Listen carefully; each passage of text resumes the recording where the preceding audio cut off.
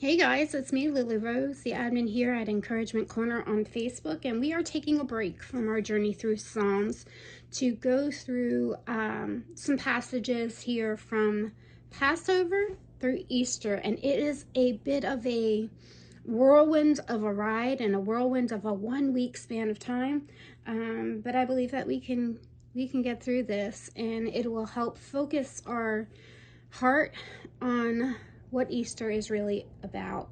I'm backing up a little bit from the Passover, and I wanted to take a look at two passages in the book of Mark. The first one in chapter 8, starting in verse 31. Jesus is actually going to predict his death and talk about it, right? So it says, "Then Jesus began to tell them that the Son of Man must suffer many terrible things and be rejected by the elders, the leading priests, and the teachers of religious law. He would be killed, but 3 days later he would rise from the dead." As he talked about this openly with his disciples, Peter took him aside and began to reprimand him for saying such things. Jesus turned around and looked at his disciples and reprimanded Peter. "Get away from me, Satan," he said. "You are seeing things merely from a human point of view, not from God's." Then calling the crowd to join his disciples, he said, "If anyone wants to be my follower, you must give up your own way, take up your cross, and follow me. If you try to hang on to your life, you will lose it. But if you give up your life for my sake and for the sake of the good news, you will gain it. And what do you benefit if you gain the whole world but lose your own soul? Is anything worth more than your soul?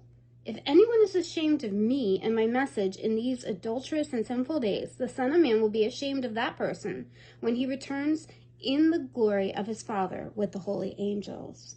Now we're going to fast forward, guys, bear with me, to Mark chapter 9, starting in verse 30. Again, he's going to predict his death and talk about it.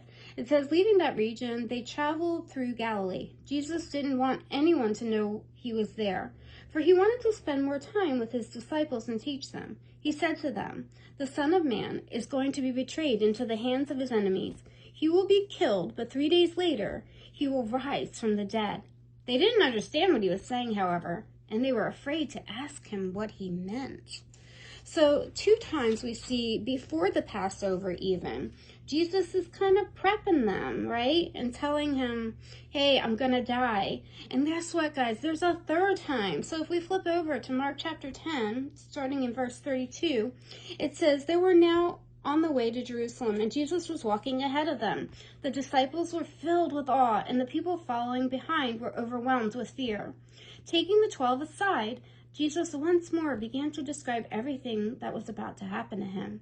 'Listen,' he said, 'we're going up to Jerusalem, where the Son of Man will be betrayed to the leading priests and the teachers of religious law. They will sentence him to die and hand him over to the Romans. They will mock him, spit on him, flog him with a whip, and kill him. But after 3 days, he will rise again.'" How awesome is that? That he is not going to spring this on them last minute. He's slowly prepping and preparing them for what's to come. All right, guys, catch you tomorrow.